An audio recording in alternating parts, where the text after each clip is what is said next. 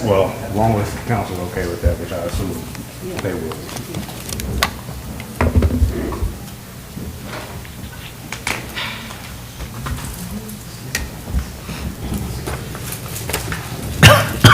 All right, Madam Clerk, are we clear? We clear? Good.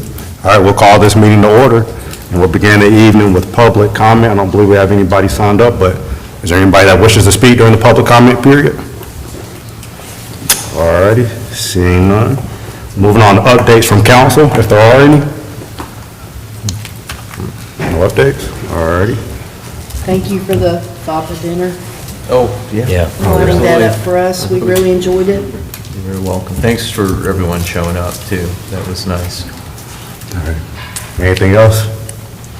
All righty, moving on to consent agenda. I see Mr. Rufus coming up here. I know we have 2 items related to zoning, so Mr. you're going to update us on that. 2 public hearings coming up. Yes, sir. Good evening, everybody.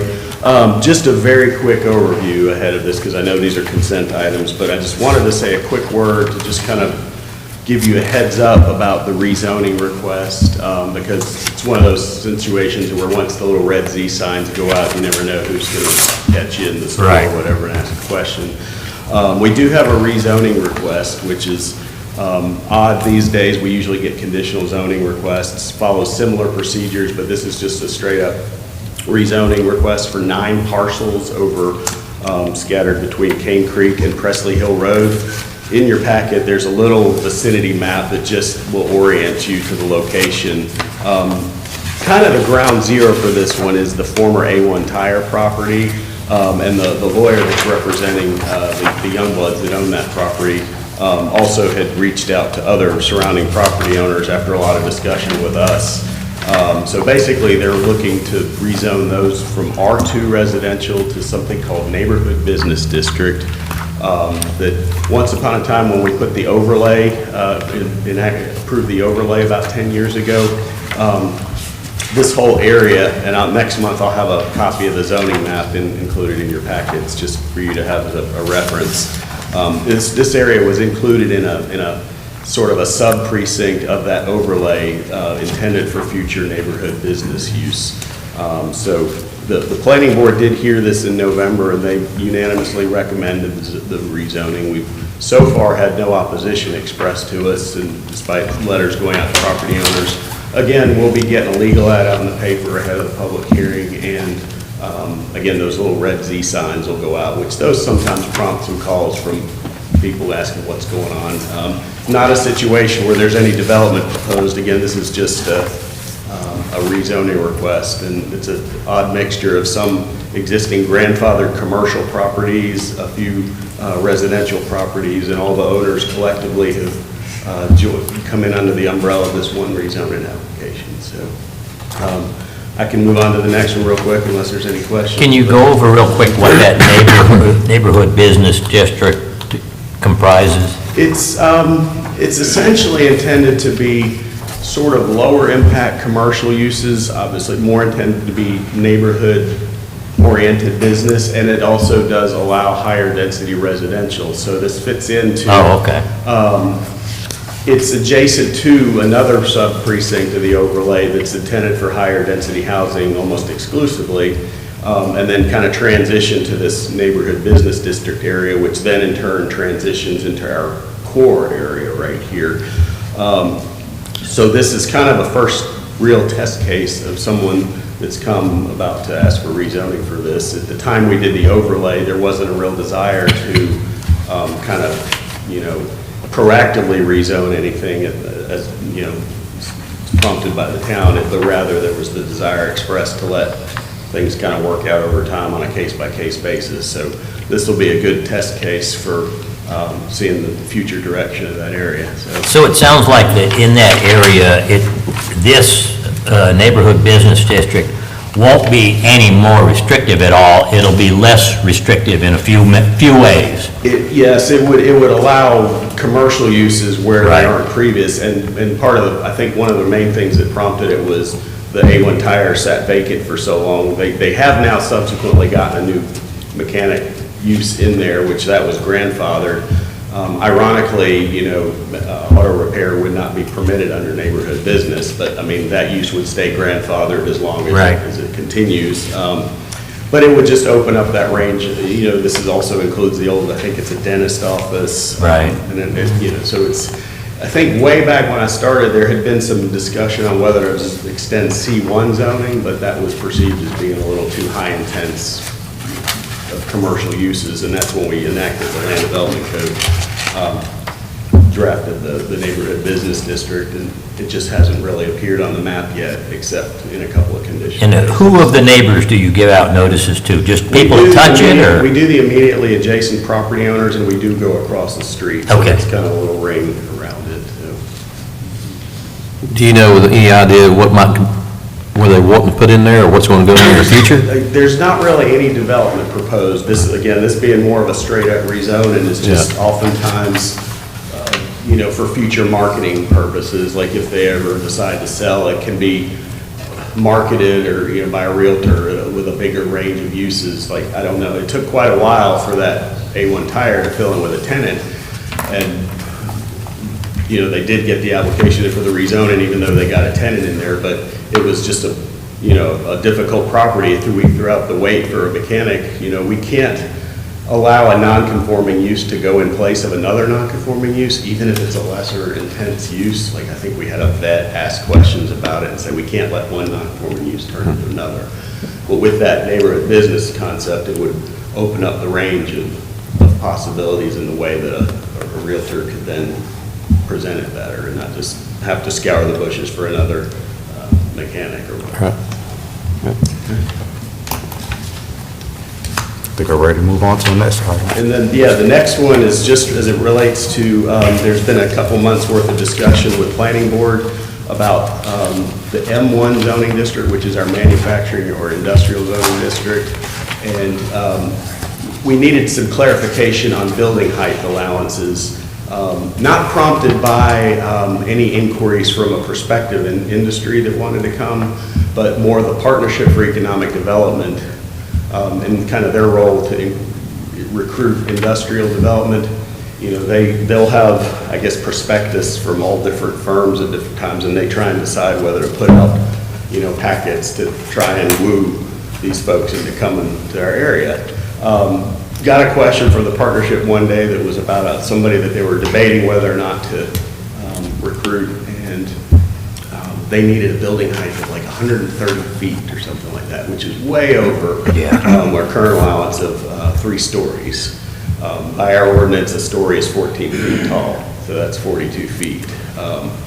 So it began a discussion on should we move to match the county's height of 72 feet. Planning board wasn't really comfortable with going that tall because a lot of the industrial district has some view shed issues with the mountains, so there was generally a hesitancy. They tabled it for a month to kick it around, and we came back.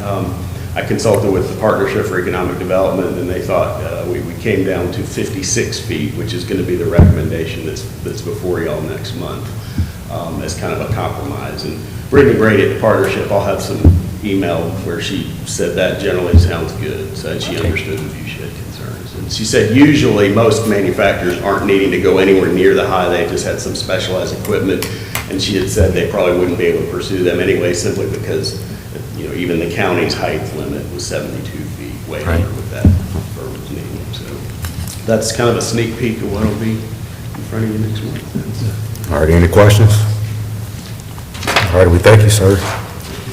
Then the other consent agenda items related to the actuated flasher correct and cost share referring leave. Right, we got our reimbursable agreement from DOT to cover half the cost, which is $10,800, and so before I go into agreement with them, we'll need to get a budget amendment since we don't have that budgeted anywhere. Sure.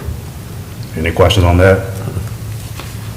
All That right. came in just for this, at the same estimate amount that Michael Uplow had indicated before from Okay. Fernley, so. Any questions or comments? All righty, moving on to item number 4. Next, we have a presentation for the end of year audit from Carol Avery, Laudermilk and Church Co. Do we have anything before that? No, it's a clean audit again. The numbers are good as far as our fund balance increasing again. So I didn't have any highlights for you. She will go over that, and you'll get a copy of the financial statements and audit. But it's no findings, no material weaknesses, and financially, we're growing our reserves again, so we're in very good shape. Okay. Any questions, comments? All righty, moving on to item number 5, the presentation by Windsor Built Homes on the Town Center project. We have Leaf Busby and Co. Yep, and so we've got, and just to give you a little background, so I've been talking to you all about several different developer groups, and one of them in particular, Windsor Autry. We've been engaged in discussions for really months now, and they were also the ones who had issued a letter of intent based on their expressed interest in the project. And then I put in the packet the older version. They had updated one, and there's a hard copy on the dais for you. But, so we've got Leaf Busby, Bill Faso, and Jay Alexander. And I'm sorry, Bill, I'm probably butchering your name. Fasu. Okay. Okay. Yeah. It would be fun for you to have my last name. But, so they're going to provide a presentation, background on their company, capacity to work on this vision. Okay. Thank you. Thank you. Thanks. Is that 2,450,000 fairly close to what we've got into it? I mean, we have soft costs that are above that, but that was market value at the time when we had it under contract. Well, we thank you all for being here, and the Yeah. floor is yours. Right, thank you. Somebody asked if we had sort of a formal presentation, and we figured that initially, just more of a conversation type arrangement would help you all. Just talk a little bit about ourselves and a little bit about the site and our thoughts there. Mayor Blakely, you mentioned Windsor Built. We actually started, Windsor Autry Company started in 1988, and it was a combination of retail development brokerage and home building. And in 2018, I guess, 2015, somewhere along there, we separated the companies, still basically the same ownership, into Windsor Built and Windsor Autry. And so Windsor Built, we're partners in Windsor Autry, we're also partners in Windsor Built. They built approximately 1,300 homes within Fletcher city limits and surroundings, so you're probably pretty familiar with them, Scott Street. But we handed you a little booklet that is an illustration of a number of our developments. And as you look through it, we're not going to go through each one, but as you flip through them, you might think that it's not really relevant because it goes from condos to $60 million hotel projects in urban settings, but we feel like it kind of conveys who we are in a sense that we tackle difficult projects. We're able to see them through the end. They typically have a lot of hair on them, as we refer to in the business sites. Some of the retail projects that we had worked on, we bored under major gas pipelines. We have dealt with, one in particular, we dealt with a family that owned the property, and we developed a retail center there. They were this property had been in the family for probably 3 generations. They were very, very particular on what went there. They owned it, so we were just doing the fee development, so it was their money, so they could decide what they wanted to do there. We had to call brokers and basically say they don't like the taste of your hamburgers, they don't want you there, which was kind of a weird conversation to have when you're developers. But anyway, the dynamics of a family in that situation. We've dealt with sites that have had environmental issues. A lot of the hotel sites, we've responded to city RFPs. We've engaged numerous tax credit models on our developments. So in one sense, this looks like a lot of this would not pertain to your situation, but we feel like it speaks to kind of who we are and what we are able to accomplish when we engage on a site. So if you have any specific questions on any site in here, please let us know. We'll address those, but we hope this will be helpful. In terms of this particulars of this site, with Bill and Lee can kind of speak to that a little bit.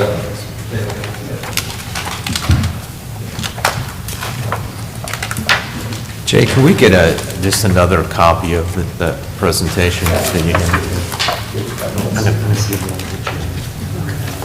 So, thank you. So when we approach a site, you're trying to take the problems, the challenges, the opportunities of a site and sort of put a puzzle together. And every site has different challenges, different opportunities. I mean, this site has, you got great road frontage, you got great traffic, you're in the heart of Fletcher. It's, the challenges on it is, triangular shaped. It's got roads on three sides with a railroad in the back. It's got a, topography, you need a gradual topography change from one end to the other. So one of the things we talked about with Mark and Eric was, we were talking about putting together some site illustrations. And we put together some, but what we really don't want to do is make a site illustration that we come up with on the front end a constraint for the back end. Y'all need to have approval over what's done on the site. You need to have approval over what the site looks like. But what we don't want to do is paint ourselves in a corner or put ourselves in a trap on giving you a site illustration now and say we got to meet this on the back end. Because we've got a lot of pieces of the puzzle that have to come together to make what you want to see on the back end work. We know y'all want to have some sort of restaurant components to it. We know you want to have, say, a coffee shop or a tea shop as part of it. Hopefully some sort of small outdoor venue. It's a difficult puzzle to put together to make all those pieces work. So I've got some illustrations I can give you. I don't want those to become something that you anchor on or say this is what it's going to be. What we want it to be is sort of the start of a conversation over, the LOI lays out the business terms of what our agreement would look like. It lays out how much time we would have to help figure it out. And what we want it to be is a partnership between what we can come up with and what you guys want. We don't want to come up here and do something, especially with the history that we have with the city of Fletcher, that y'all are going to look at and say, Windsor Autry, Windsor Built did a bad job, and it leaves a bad taste in your mouth. So what we're hoping to do is say, this is what we've done in the past. This is what we expect as business terms, and we need time to figure it out. And I guess that's the long and the short of it. I can hand you some layouts. I mean, there are the big portion of the site that you have to figure out is your vehicular access to the site. We know we're not going to get full access from DOT off of 25. That's a big thing. We also know we got to figure out how to meet $2.5 million. So you've got to figure out who are your users that can help you meet those two big, I'll call them obstacles. A C-store has been talked about in the past. A C-store is somebody that can swing a big price tag. Other people that can swing a big price tag are medical users and financial users. Restaurants cannot right now, unless you want to go out and put a Chick-fil-A on the property or somebody else that's a high-end national user. We don't get the sense that that's really the primary function of the site, of what it needs to be is a Chick-fil-A or one user like that. And what we're hoping to do is have this turn into something where we say, here are some users that we think will work on the site. Here is what we think the site can look like over this time period, and have us be partners during that time frame. And we fully recognize that you guys may be looking for somebody that can come in and say, this is what the site's going to look like. And I'll just share with you from our experience, the development game is a game of renegotiation. We don't want to be in that with y'all, especially with our history with the city. We don't want you to go down a road with us and us start changing things on you during that process. And that's one of the reasons why we're not going to give you a layout. So we want this to be part of our agreement, because we want to look at it and say, this is how much time we need, these are the constraints, we want to try to meet what you want architecturally, we want to try to meet what you want as far as users, and we want to be your partner, and if that doesn't want to be, if y'all don't want that kind of arrangement, we understand that. But that's just kind of, we don't want to paint ourselves into a trap and say, this is what it's going to look like, and then tie it up for a number of months, come back to you and try to renegotiate what it's going to look like. So that in a nutshell, that in a nutshell is kind of who we are and how we tackle the problem. So am I hearing correctly that the uses that you all see potentially fitting there, on the cash side for y'all, of course, it is convenience, medical, financial? Financial, yes, you're like a financial user that could come. Financial user would be ideal. They're going to want the corner.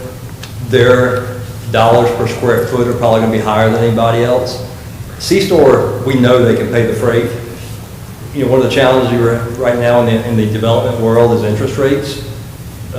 Interest rates have gone up, construction pricing has gone up, asphalt, concrete, all of that's moved in the wrong direction from making development as easy as it was 4 years ago.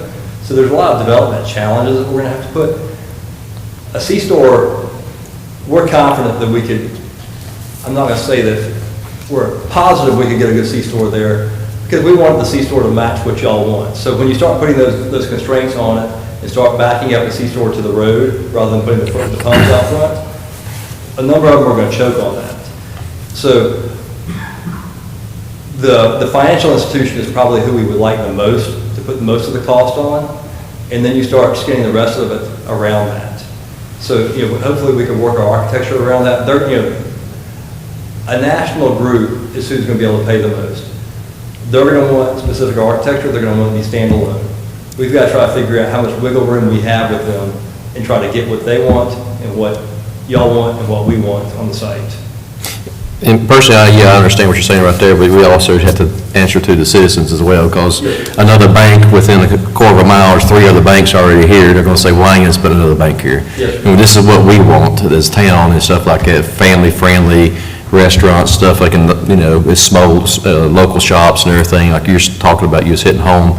I know everything you get out here is more of a big box type thing, and mattress, it's a lot of stuff, and it's just, the community here will probably say, why are you doing that? Why do you do this? And Right. and trying to answer them questions is like if you go on Airport Road, there's like 3 mattress stores all within a rock throw of each other. It's like, But we'd like to put forth. fourth one.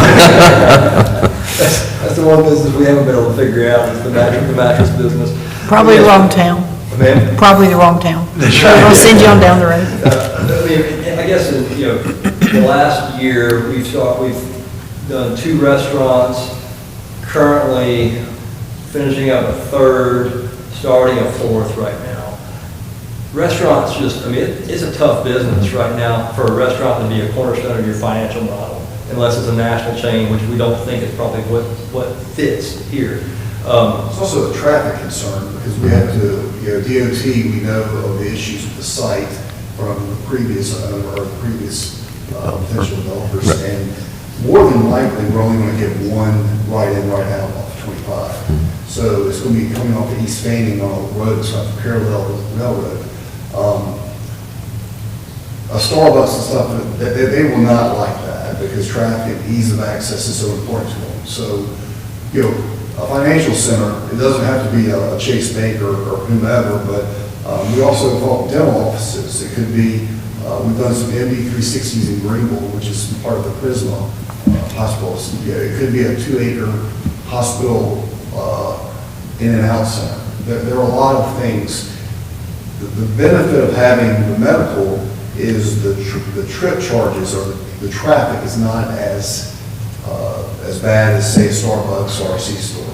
Right. C-store really, in our opinion, would only work kind of on the corner, which I know is not appealing, or as appealing. It's just kind of the economics and reality of you're limited by the DOT restrictions. They want to have, was it 350 or so? They're going to give you one right in, right out in the middle of the property, more than likely. And, oops, sorry. When I was saying about there with the citizen stuff, because that's, I say prime, because that's actually the centerpiece of our whole town, if that makes sense. This is like the hood ornament of a car. So we want to put something there that the town community, the citizens want versus just throwing something in there. And we expect that to be part of Yeah. an agreement, is that it must include X, Y, and Z. And whatever y'all want that X, Y, and Z to be, what we don't want the agreement to be pivoting around is, you know, a layout Yeah. that could come, you know, we would come up with right now. And we don't want to say where those components are going to be. We believe that y'all need to retain some level of architectural approval, some level of use approval of what needs to be in there. And then we're going to start this process and see if we can solve the puzzle with the site constraints, with what y'all want to be part of it, and with what can pay the freight for the site. So if we had the financial use on the property somewhere, would you all see it being challenging to have like smaller mom and pop type restaurants or No, sir, that's shopping? That's sort of the idea, is that we take the folks that can pay the freight. So and they're have gonna be them the- carry the weight for I the see, site. yeah. To make it work for something that's more appealing from a local standpoint. Sure. It's just, it's hard, I mean, it's, I understand. well, yeah, Yeah. what, you know, like, if I lived in Fletcher, and if I worked for the town, what I would want there won't pay the freight. Sure. And that's just the unfortunate economics of it, is it just won't Yeah, I work. understand, yeah. I mean, we're doing some development for a fairly significantly wealthy family right now. And it's really cool because we can do things for their development the economics just don't generally allow. With this, with the $2.5 million for the site, it makes it difficult for, you know, to make the whole site, which, you know, what I would want if I lived in Fletcher and what I would want if I worked for the town. So what we're trying to propose is let us solve the financial problem with some key components to the site. Sure. What those, and work from there and give you all the approval to say, we don't like it or we do like it. And you know, the LOI kind of lays out the business terms, the time we need. And if we can't solve the problem in a way that y'all like, we go on our way and y'all go on your way. And if we can, then, you know, we'll move forward with the development. So the financial institution will essentially be the anchor to make it happen. Yes, sir. Hopefully financial and perhaps, like you said, you know. Or yeah, just medical either of those, sure, yeah. of But I think we vets. can live with that. I mean, you have to keep in mind that we don't have a nice downtown right now. Right. And we're looking for that to be a big piece of the downtown. So that's why we want a mix of restaurants and you know, a financial institution. That'd be fine too, I think. Yes, sir. And possibly some residential, not multifamily, but Right. townhomes. Yeah. The tight part of the triangle. Yeah. And that's because your access there to the light's not going to happen. So they're about to use the auxiliary road paralleling the railroad. Now, have you ever thought of anything like the types of businesses they got there in Biltmore Park, where you have the residential above businesses? We have thought about it, yes, sir, and I think those would be the things that we would look to plug in after we solve the sort of the financial part of it. That's our big thing, is let's figure out the flexibility, the latitude that we have with whoever we can land as a good user, as a good buyer, a good tenant, and then we plug that in around it. You know, it does make it, you know, every constraint that we put on the front end makes what we come out on the back end harder. So, you know, I'm just Yeah, repeating yeah, myself. that makes sense. We understand. Yeah. I'm understanding that you're saying that there's so many moving targets and you don't want to commit to anything yet, but you've only listed like 2 restaurants or 1 restaurant and a coffee tea venue. What restaurants, did you have any particular restaurants in mind, or you just, this is very general for you as well? It is very general for us as well, but what we were envisioning with that was not a national restaurant. What we were envisioning with that is somebody that could probably be a tenant, like a mom and pop. And what you're trying to do is you're trying to get the big ones to pay, you know, cover the cost so you can get them at a rent that they can afford. Okay. And is this, this one right here, is this a South Asheville project? That's Chattanooga, Tennessee, I believe. Okay. That's Museum It looks very That was similar. That was condos on top and retail below. Okay. And that was through an RFP with the city. So we've done several RFPs over the last 20 years. City of Greenville, Gainesville, Florida, Roanoke, Chattanooga, Baton Rouge, Kansas City. So, I mean, we work with cities, mostly in urban environments. This is a little bit different, but, and that's something that I think could, on the residential side of the end of the property, you could have we have some live work units and so forth, so some three-story townhomes, condos, which the lower floors are beauty salons and so forth. Those uses don't take the traffic that the pieces up at the intersection are going to have to take. So, I mean, that is a constraint of traffic, because you're basically having to enter off the secondary road parallel. So, that's why the corner piece will be so critical to make the economics work. Yeah. Well, it's not like it's, you keep talking about the parallel road. Well, I mean, that's very common, to reach to a shopping center or anything like that. But wouldn't you think that this is a bit much for the town of Fletcher on the corner? That's pretty heavy. No, that was, yes. Just some of your samples. Yes, ma'am. Okay. That Have you, again is taking a site and solving the problems of the site, and Yeah. that's what that. just to show us what you've done already? Yeah. Have So, you yeah, spoken to any? We're trying to beat our chest a little bit on those. Yeah, we're proud of them, and that's just. Well, they're beautiful. Yeah, thank you. Wherever they're at, I'm sure they're beautiful. Have you spoken to any of the local hospitals about doing any type of, you mentioned medical as an option, because this is just so vague that this, Right. so I'm just wondering, have you spoken We have with not Pardee spoken, or but that's somebody Advent? that we think would be a very good use for the property. Okay, Not necessarily at the corner. I would envision a kind of middle part of the property. Because Okay. traffic, access is easy for them, but the corner piece, they definitely would be spoken to. and are you doing the property that used to be the Taproot Farm? Are you doing those homes? Are you in contract with that? Yeah, that's I think it's a Horton. different, It's it's Jackson. Horton? Okay, I was just wanting to clarify that. All right, The Arthur's, there's a neighborhood right now that we're phase 2 right up here. that's yours? Yes. Yeah, Okay. up in Rutledge. Okay. If you did the condos or townhomes above retail, do you have any idea what your price point would be? Okay. It really would be, footprint specific. So we've got to get in and do a layout of it. How many square feet are we going to get per unit? And, maybe we could go 65 feet. All right, I'm gonna tell you again, wrong town. No, townhomes, you're not talking about a large amount. You're basically taking what the land gives you. Right. You can only work with so much. 5 to 10 maybe. I get it. In the way we saw the LOI, it was sort of the basis of a conversation.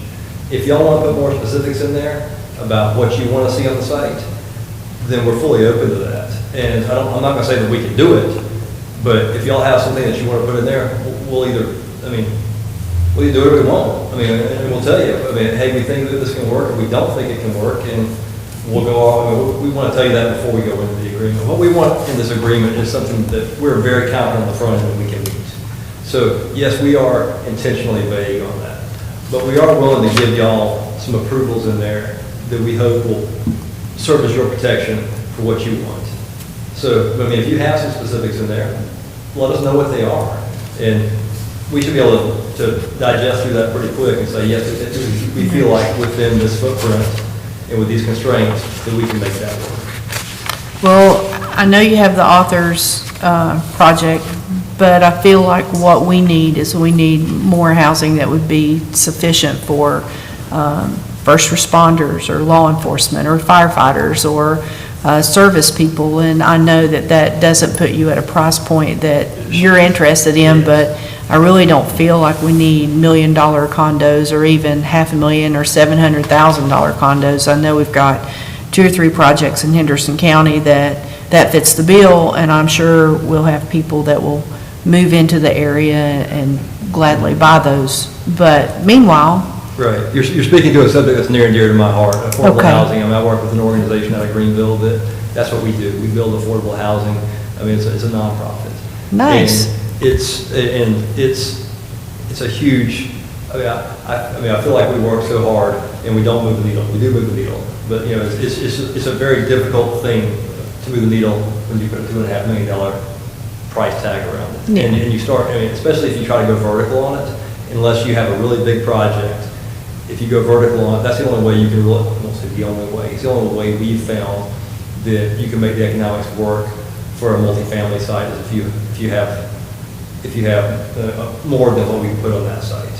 It would be a very difficult thing. I'm not gonna say we couldn't, but I would say it would be very difficult. I mean, that's a. I know, you're having to that's make a the main numbers main work. location. That's a prime location. I know. And it would be great to be able to do that there. But, you know, candidly, if I was coming at this, I would say if I would have X amount of money towards an affordable housing, I would probably try to get more units for the same amount of money that can be solved by that can create that money for somewhere else. Right. Yeah. I understand. I know you're in the business to make money. I get it. Yes, ma'am. Yeah. I'm just It's saying two that. sides of a coin, like. Absolutely. If it doesn't work for you, it's just not going to work for you. Yes, ma'am. I just know that that's one spot that's never serviced enough. Yes, ma'am. All right, What is the thank you. time frame on this, Mark? In other words, how It's a- long does this go, or? It's at 180 days, and then with the possibility of 2 90-day extensions. So that would Okay. that would be a whole year potentially if they needed more time. Okay. And the expectation would be, if we went past 180 days, you would have money from us, hopefully that would illustrate our confidence that we're getting there. So at 180 days, we're not going to go forward past 180 days and put additional money into the, you know, which. Unless you're sure it's going to happen. Yes, sir, yeah. Unless we felt like we were close to the same page with y'all and had a plan that was going to work that we could solve. Okay. Because I mean, it takes time, I mean, as you all know, due diligence to see what type of uses can go in there. And back to the more updated version of the letter of intent that you have, Leaf and I had a conversation after the first version that I'd shared with you, and I think you wanted to see some other, a little more specific uses articulated in there.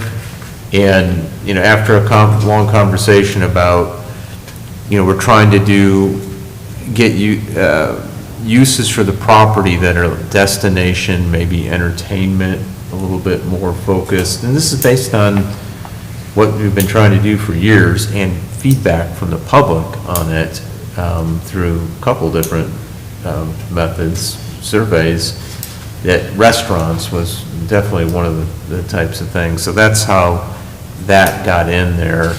But, you know, the challenge for Windsor Autry or anyone else on this is, you know, finding uses that help underwrite the cost to do this on that piece of property. So, The other challenge with too many restaurants, you have parking Yeah. ratios and issues Right. and so forth. So it's not just access points with DOT, it's also the parking ratios. The good thing about having a financial institution out there, very little parking use, and restaurants more during at lunch and at night, where they're having an overlap with the banking program. On the work-live type units, where does that play in on your scale? Because you're talking about putting a financial to carry the burden, but the work-lives, are they something that you just piece in and add at the end to kind of fill in space because it's or it's not a moneymaker, or are they actually I think it's more a site constraint issue that we can probably put, with our residential company, we can fit that piece of the puzzle that's not tough to put in there. It's also farthest away from the road, so access is not as important going down the side road to a townhome or so forth. And just the site constraints right there, it pinches. We know that we can't get access to the light. So that the easiest way, if we get one right in, right out off of 25, is coming from 25 south. You can take a right in, but access is going to be off of East Fanning at the light to exit the property. So. because that River House project y'all did looks really good on one of your smaller inserts here. Yeah. Those are really nice. That's got a great look of having the shops below and And that was the living public space above. private. So the city of Greenville actually paid for there's artist studios down below. Yeah. The garage, it's took several phases. Hampton Inn, right there was part of it, just the woodwork and another woodwork, and then the Embassy, which these guys developed, opened up in 15, and that kind of completed the bookend on the other side. Yeah, well, I've been down there, I like that little part of area, the whole thing that they're doing down there in Greenville. You know, I think Nice. Bavard's doing a pretty good job at doing some same type. In somewhat of a case study, to Lee's point, Martin Farm, which is in that, it's a 25-acre development anchored by Publix. That's what we did for the family that owned it. It was third generation where they grew up. They were very, very intentional and had this vision for what they wanted to do there. Now, the luxury was they owned it, and they were going to continue on it, so they were not under a timeline like a due diligence period. But it evolved with, they wanted on the corner something like a Bruce Chris Steakhouse. We had to tell them wrong town. And they ended up coming around, there's Chili's. Chili's is a national brand, big credit, and they paid a lot of money for a ground lease there. Well, they also, that enabled them with some shop space. They leased an area to a local lady who had never owned a business in her life, and she wanted to open a hot yoga. And so they were thrilled to death to be able to do some things like that for the local community. But kind of back to Lee's point, they had this vision of this, they had to be kind of negotiated and modified as we got interest in what we could put in there. But at the end of the day, they were able to get some good credit tenants in there and then kind of fill it in with some of the local restaurant, well, there's one restaurant, local, and some other local businesses. So like you said, it's sort of a negotiation. You just gotta kind of figure out the pieces. It's a If you piecemeal. start with something that's very constrained, sometimes it can be difficult to execute that. The restaurants are a tough business right now. I mean, it is a very Yeah. tough business world operating in restaurants, just from a staffing standpoint. So, I mean, they're looking at, reduced hours, reduced tables, the number Right. of tables they're able to serve right now. Staffing is hard. You're not seeing very many aggressive restaurateurs right now. What is this building right here? That's like MD 360, Yes. that's Christmas urgent healthcare. Okay. Oh, yeah, okay. So I like the building.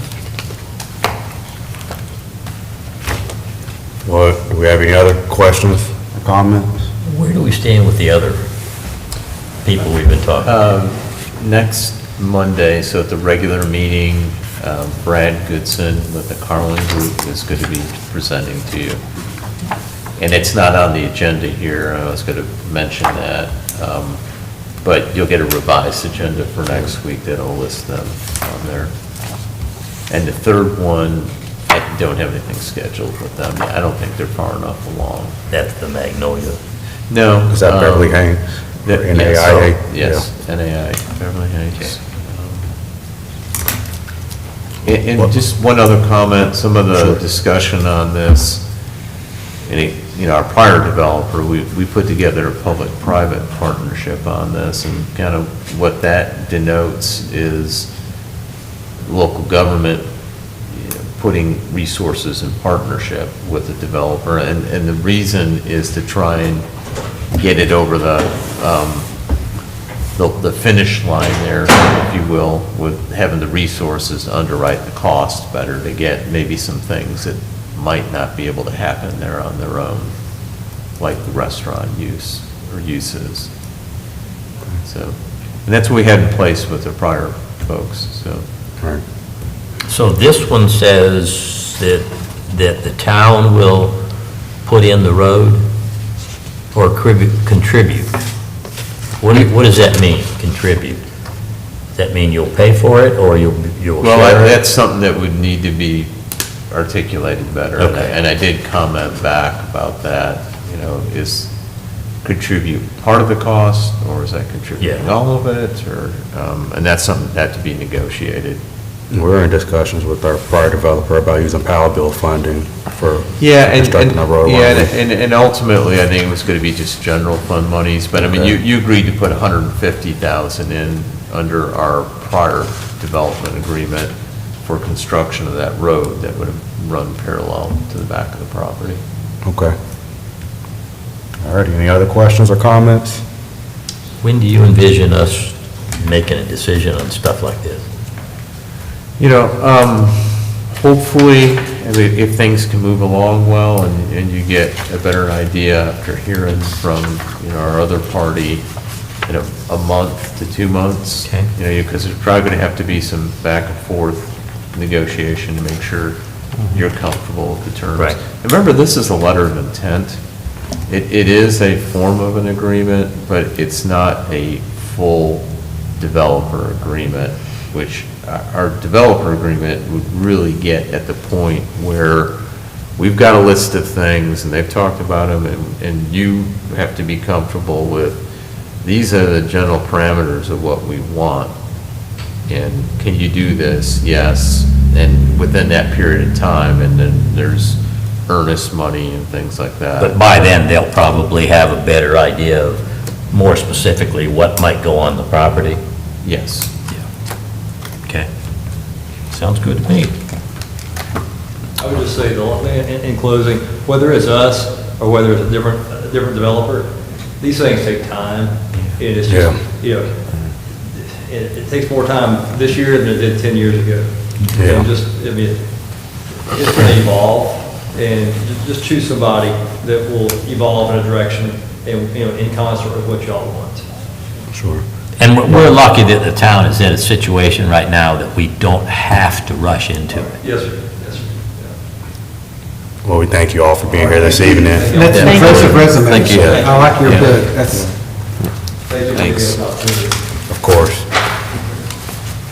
All righty, moving on to item number 6, the cost estimate for streets recommended for resurfacing. Mr.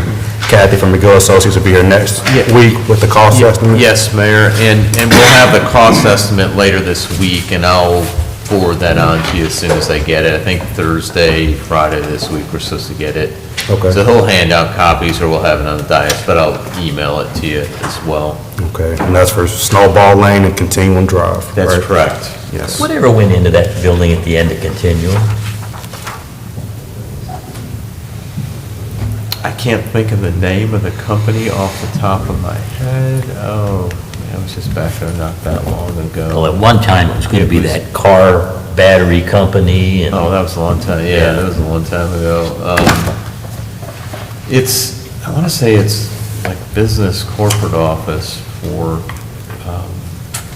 a firm, and then they might have some assembly or light manufacturing type stuff going on Yeah. in there. But Okay. I think it's mostly office space essentially now.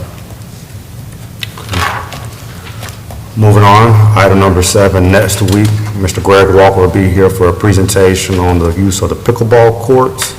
So we'll look forward to that. Anything for that ahead of time? Good? All righty. And I just shared, I think it's in the report.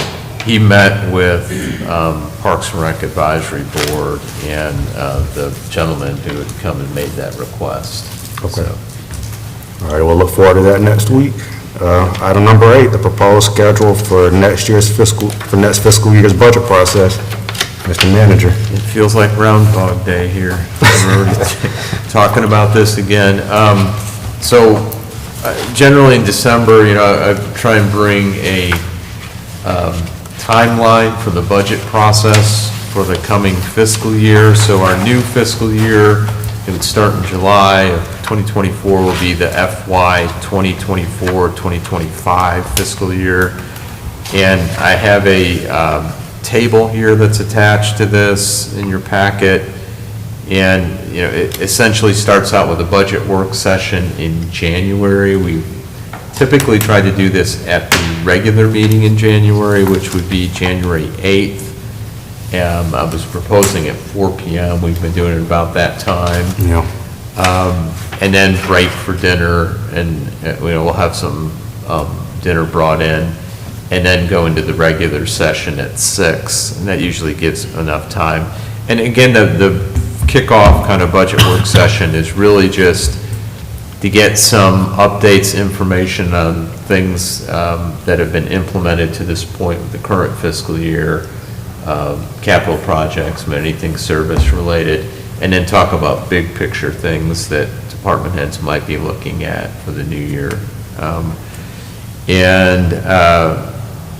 There's some other dates in here that I need to bring to your attention and make sure y'all can do this, and I'm not looking exactly for an answer tonight, but if you please can check your calendars, and if we can do this possibly next week to be able to pencil them in under your calendars.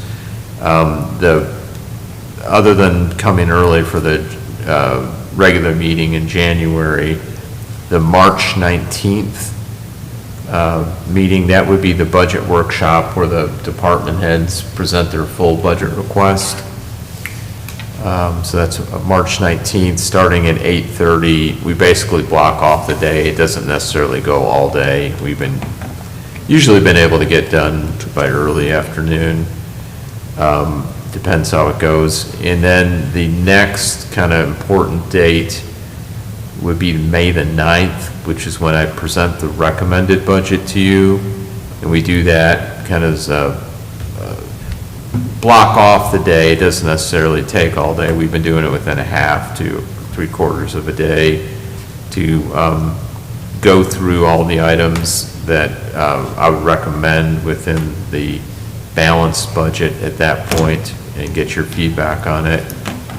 And then, the June 10th meeting is just our regular council meeting for June with the public hearing.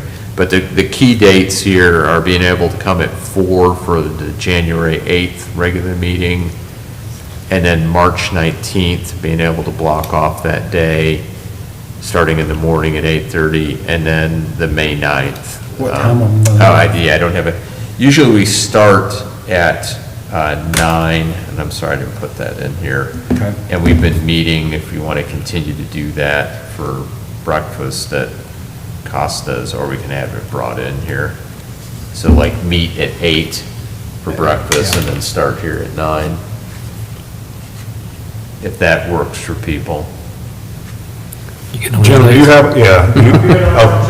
Yeah, and Jim, I have not forgotten you. As I was doing this, I was going to mention it to council tonight.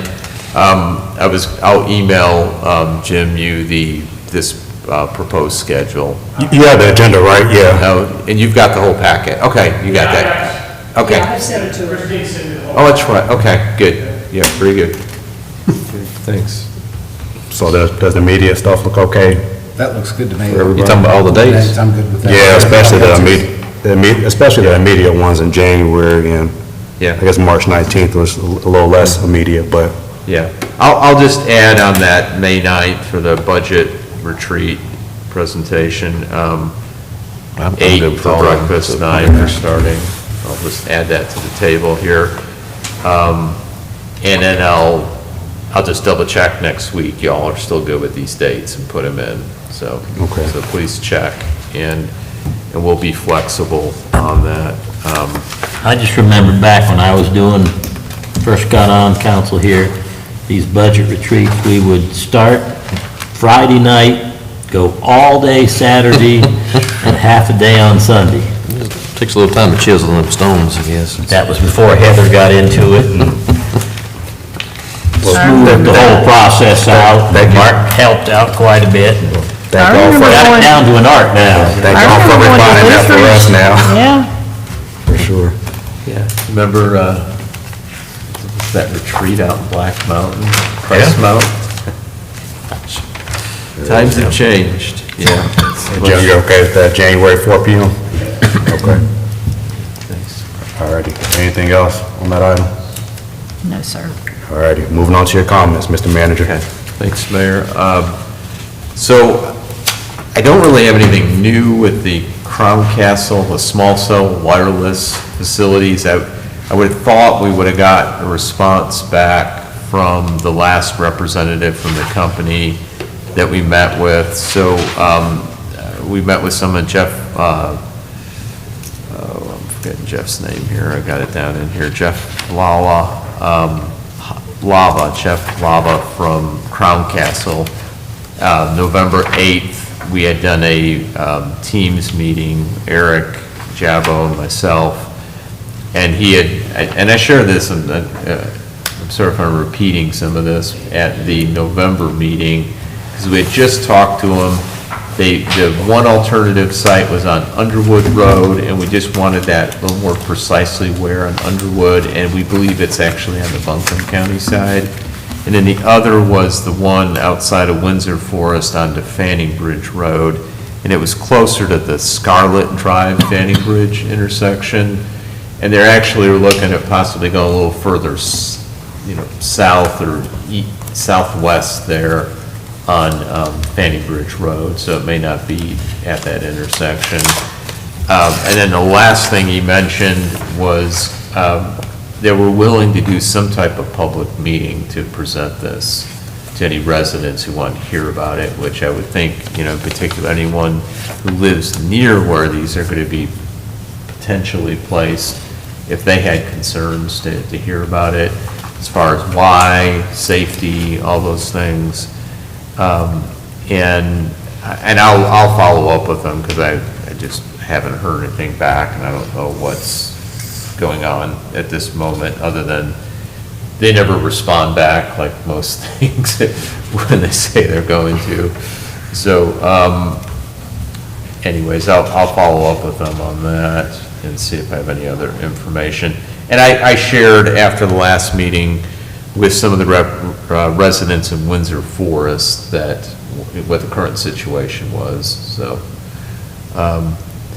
the second thing I want, unless there's any questions on that, second thing I wanted to mention, you all noticed, if you haven't, you need to drive down the end of Fanning Bridge Road, but our one code enforcement situation that got quite intense there, one Oak Brook Road has sold. They did close.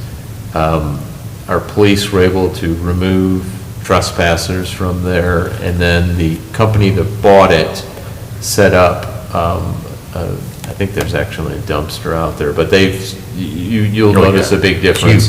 They've cleaned up the property. Now their next step is to rehab the house, to sell it, which they're gonna have a lot of work to do there. So that's just good news, and we're happy for particularly the neighbors there and the residents who live around there, that's going to be an improved situation. And thank you all for your work on that, too. Thank you. Yep. A lot of people worked on this. I appreciate the good teamwork from our staff on this. Eric Rufa, of course, was our main point of contact through all the code enforcement work on it with our solid waste ordinance. And then Joe Freak is getting it to the point of putting on a docket, because it had gotten to the point of having to sue the property owner. And the police chief's been really helpful in being involved on this and communicating and coming up with ideas and being kind of knowledgeable what to do. So I really appreciate all the help of staff and our town attorney on this. Just my opinion as I'm going out, if we ever see a situation like this again where the property is in such bad condition to begin with, we should start the legal proceedings as fast as we can. This drug out way too long. Yeah, I mean, there's always a chance you can accelerate this faster, and thank you for the feedback. But if the price looks good, I don't mind it dragging out, but when it looks when like they a clean it dump. up, yeah, when there's progress. And actually, this one had a little bit of progress, and then it would take a step back. Yep. And so it was a seesaw thing, and it's tough for, Eric trying to evaluate, he'll get my opinion and, other set of eyes. But when, we got to follow the ordinance, and there's steps in the ordinance, so we got to follow our policy. Otherwise, if we have to take it to court to do an order of abatement, we got to be able to back up that we followed our policy. So, but yes, this one, in retrospect, maybe, even though it was at the point of being sold, because it was going through an upset bid process, maybe we just would have followed it through to that order of abatement regardless, and had forced the current property owner at that time to allow us to go on. I mean, they wouldn't have Yeah. choice. We would have been able to go on and clean it up and attach the price, the cost as a lien. But, yes, that was, And it took a did long our time. police department need to go in there to remove the occupants? Yeah, they went in there and told them that it's been sold and you need to go. You're trespassing at this point, yes. And they collected their belongings and left. Not happy, but left. Just, just out of curiosity, I would imagine the town probably hasn't collected any taxes on that property in a while? I think actually the taxes weren't delinquent on it because, well, the bank paid it because there was a mortgage on there. Okay. So the mortgage went delinquent, and that's why it foreclosed. So, it was a bank foreclosure. Thank you. I was just curious, was it family or was it vagrants? Family. Okay. I was Yeah. wondering if Yeah. vagrants had set up camp at that point. It was the son of the property owner. And, tough situation there. Bad For a lot of situation. issues I won't get into here, but, yeah, I mean, these are never, this is the thing about code enforcement. Usually these situations aren't a matter of, it's a property owner who just doesn't care and they want to leave their property unkept. A lot of times, there's a much bigger issue here going on. Someone was sick, substance abuse problems. I mean, you peel back the onion, and these usually aren't that cut and dry, so. True.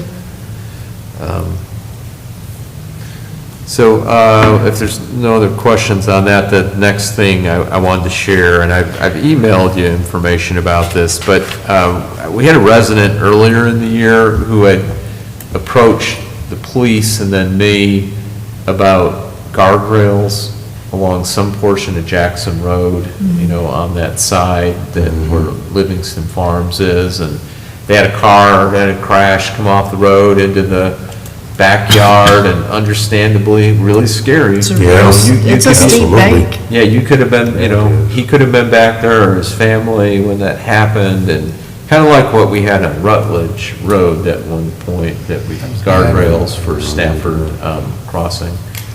So, I contacted DOT, and it seemed like it would be a good spot safety. That's one of these programs they have, where they can try and identify money for not a huge project, but, guardrails type of projects to see if they can get it funded and put it in there. So they're not as far along as I'd hoped they'd been with this, but I had to follow up, and they've submitted it, they've analyzed the costs and have submitted that for scoring. It goes in January, and then they hope to know by this spring if it'll be funded. It has to compete against other projects. But it's just, there's some really very legitimate safety concerns for the people on that side of the road there along Jackson because of the steep embankment down. So as that hopefully progresses, hopefully it'll be funded, we'll let you know if it's not. But we had the resident who originally brought it forward had asked about it, so I just wanted to mention that to you. And the next thing, I'm starting to set up these meetings with our legislators to go over our legislative priority list. And we've got one set up with Robin Ramsey from Senator Tillis' office for Wednesday, December the 20th at 3. So we have the mayor and one other council member, so if there's someone from council who would like to, or if you want to decide that tonight or let me know. Question, Sheila, are you able to go? I think so. Okay. I think I could. Are we okay with No one that? else Okay, wants- so then we'll put, Okay. everyone's okay with that? Good. Right, so Sheila and Mayor with Robin Ramsey from Senator Tillis' office. I tried to do this with Senator Senator Bud. Bud, excuse me, Ted Budd, Senator Budd's office, and Tyler Teresa, he was our contact, the legislative assistant. He's no longer with them, and I don't know if they have a replacement yet, so we try for efficiency to at least get our 2 U.S. senators' office together. So we'll go with that, and just so you know, also, I'll start setting up the other meetings with our other congressional and then our state legislative delegation, but I've reached out to MSD to try and get updated figures or cost estimates. You know, we looked at the potential sewer extension on Westfeld, North Hudson, and Dogwood Terrace. And so if I can get updated numbers, that could be a specific request to our That'd be legislators great. to get funding.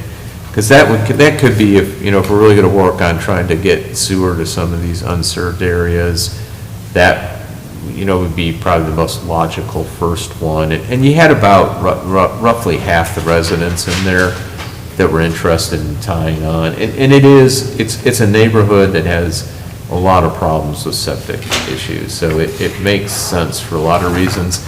So I've reached back out to MSD, to Kevin Johnson, and another person to get updated, I haven't heard back from them, updated numbers. And then the other big request or ask would be on funding assistance for our Greenway extension. Because if we're gonna make this happen there on the Meritor property, we're gonna need some help on it. I mean, we're in good shape to put some local resources in of significance to match maybe grants or pay part of a portion of something, but it would really help to get their assistance in identifying grants. And in January, you're gonna be hearing from, used to be Carolina Mountain, Conserving Carolina, Rebecca from Conserving Carolina had approached Eric and I. She's found a grant.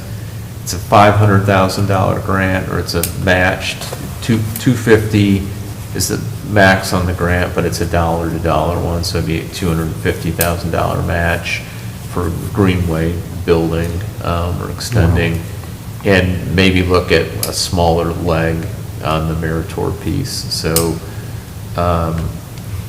Rebecca's going to be here at the probably January meeting to talk to you about that. I think that's the only way we're gonna get that built over there, is to do it, one That piece at a piece, time, yeah. and just keep chipping away at it. Yep. So I don't have the name of right in front of me, the grant program. I can get that to you. But it's a new one. She wanted to share it with us. Eric and I met with her, and so we're trying to strategize might be the best way to do that. And also, we've engaged McGill just to make sure, hey, would it work in this stretch? Do you see any environmental or whatever? Oh, and cost estimate too, like an updated per linear foot or square feet on there based on the width. So that's happening. And then this last thing, just remind you, this weekend, we've got Christmas in the park. I think you've got the flyer there. So Parks and Rec's been working hard to get this set up. We'll have that skating rink out there, and starts Friday from 3:30 to 6:30. They're going to do the tree lighting at 6, and then it'll be on Saturday as well, from 12 to 3 p.m. And then on Saturday, they'll have the ice skating rink, Christmas pictures with llamas. That's just fun to say, Christmas pictures of llamas. Okay. It's something I don't know different. what it is about Veritas Christian Academy Chorus will be there. They got the Visit with Santa, and then a vendor village, so we'll have vendors set up there, and then the Lewandall Band. So are you just partnering up with Advent Health on this one, this time? Because I mean, last year you had like a lot of different partners, because they would come out and help with all the ice skating, and We have. so it wasn't just our employees, it was, Yeah, no, we've got volunteers. I believe we have other financial contributors beyond Advent Health. but I can But also you find got out. other people Oh, volunteering? yeah, yeah. Coming in to help do shifts and Yes, stuff? we'll have a lot of staff. Like we out did there. last year? Yes, yep. So, that's it. All right.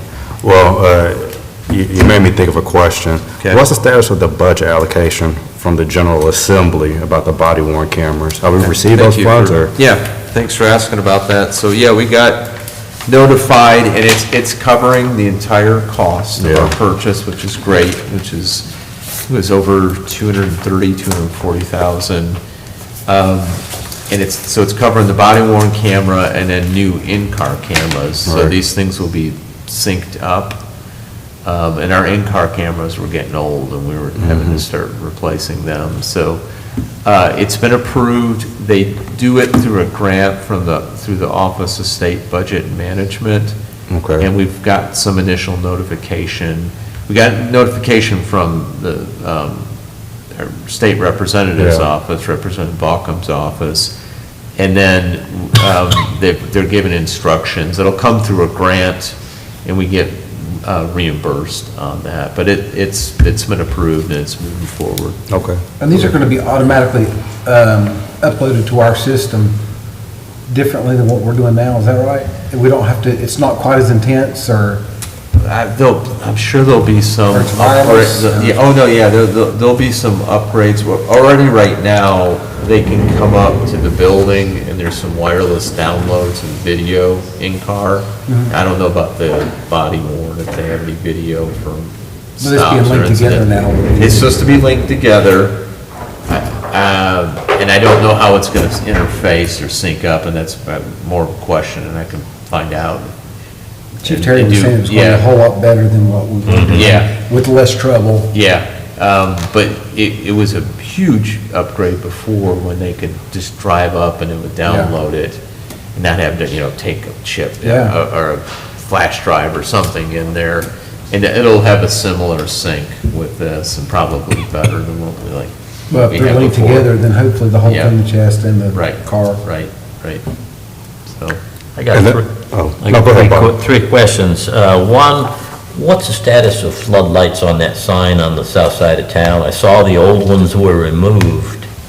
Are we gonna put some new ones up there, or?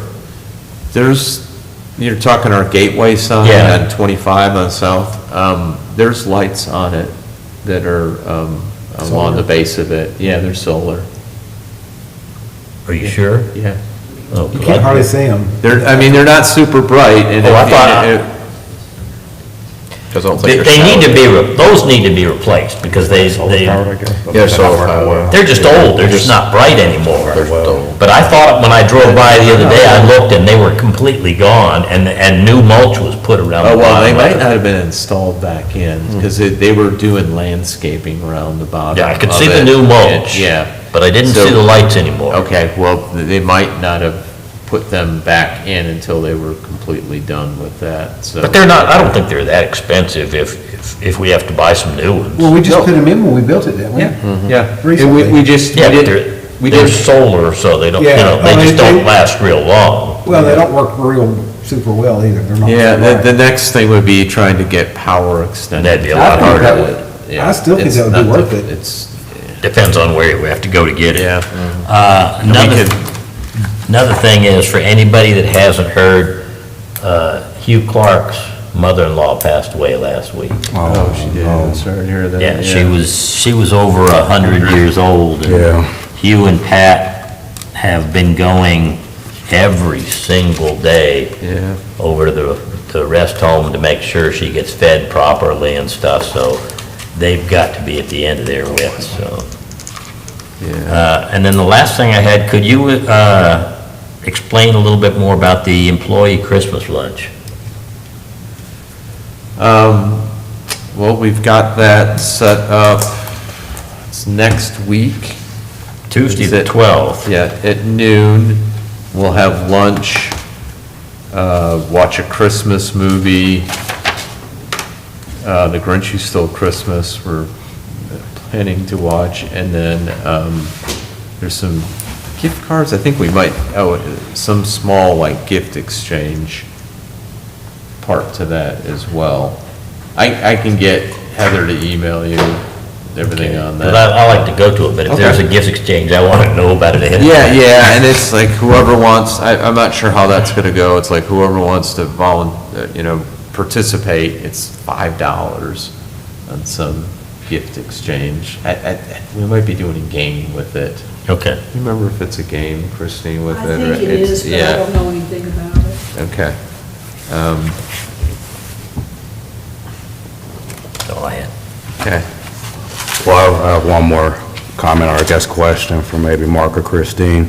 I think it might be appropriate to appoint a new mayor pro tem next Monday, just in case. Do we need to, would it be better to add that to the agenda, or can we just do that at the end of business, or however we want to do it? We can put it on the agenda. I think that'd be You want to put it appropriate. at the first part or Beginning. the end, or how do you want to do that? We can do it at the beginning, that's fine. Okay. Sense. That'll help me with voter and name tags. Okay. Because I can just think back to our last nightmare where I had COVID and Bob had COVID, and it might be a good idea to have a mayor pro tem in place. Yeah. Okay. All righty, any other business from council?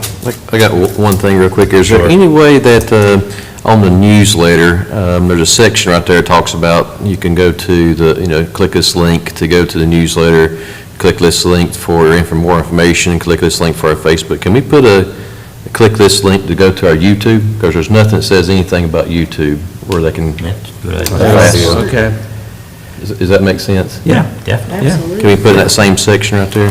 Yeah, where's that at right now, all those links on the If you front? look at the thing, that's the bottom left of the first page. It has all the Yeah. basic information that you can do Yeah. to get that, but there's nothing with the YouTube link. They can Yeah. watch the videos. Okay.